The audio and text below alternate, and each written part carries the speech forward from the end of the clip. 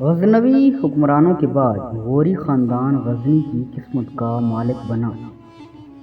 غوری خاندان کے افراد غزنی اور ہرات کے درمیان واقع ایک علاقہ غور کے رہنے والے تھے۔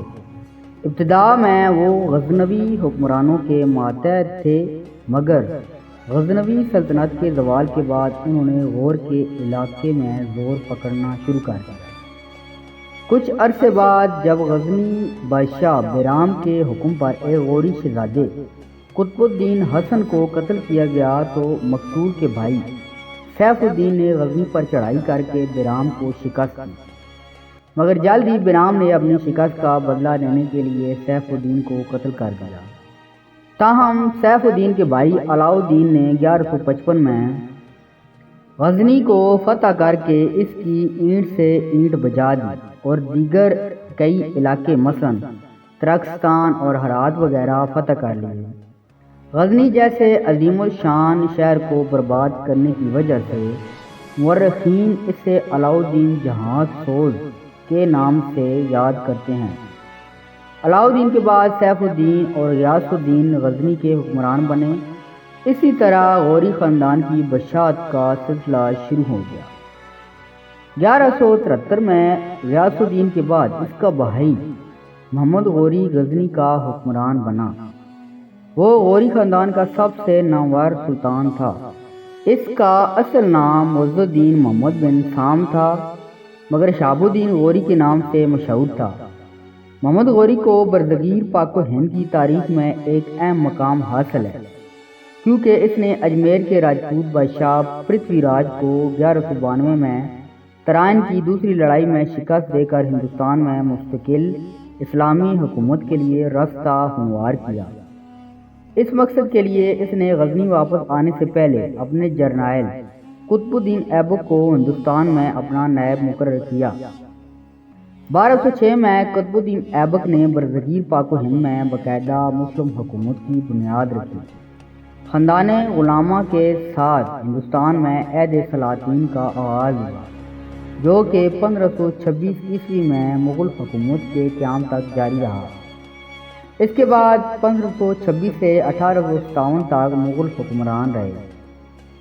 قطب الدین ایبک خاندان غلامہ کا بانی تھا۔ وہ بنیادی طور پر محمد غوری کا ایک غلام تھا، مگر اپنی ذہانت اور قابلیت سے ترقی کر کے محمد غوری کی فوج میں جرنیل کے رتبے تک جا پہنچا۔ 1192 میں ترائن کی دوسری لڑائی میں فتح حاصل کرنے کے بعد محمد غوری نے اس کو ہندوستان میں اپنا نائب مقرر کیا۔ 1206 میں قطب الدین ایبک نے اپنے آقا کی موت کے بعد ہندوستان میں اپنی خود مختاری کا اعلان کر دیا۔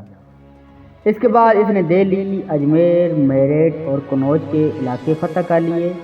اسی طرح قطب الدین ایبک نے ہندوستان میں پہلی باقاعدہ مسلم حکومت کی بنیاد رکھی۔ 1210 میں لاہور میں پولو کھیلتے ہوئے وہ گھوڑے سے گر کر مر گیا۔ قطب الدین ایبک کی موت کے بعد دہلی کے امراء نے آرام شاہ کو دہلی کے تخت پر بٹھا دیا، مگر وہ ایک نااہل حکمران ثابت ہوا۔ آرام شاہ کی ناکامی کے باعث امراء نے قطب الدین ایبک کے داماد اور بدایوں کے گورنر التمش کو دہلی کی بادشاہت پیش کی، جسے اس نے قبول کر لیا۔ التمش ایک قابل حکمران ثابت ہوا۔ اس نے اپنی فہم و فراست سے اندرونی اور بیرونی دشمنوں پر فتح حاصل کی۔ اس نے 1216 میں غزنی کے حاکم تاج الدین یزدروز اور 1228 میں سندھ کے حکمرانوں نصیر الدین قباچہ کو شکست دی۔ اسی دوران التمش نے نہ صرف منگول حملہ آوروں کو شکست دی بلکہ بنگال اور باہر کے صوبے بھی فتح کر لیے۔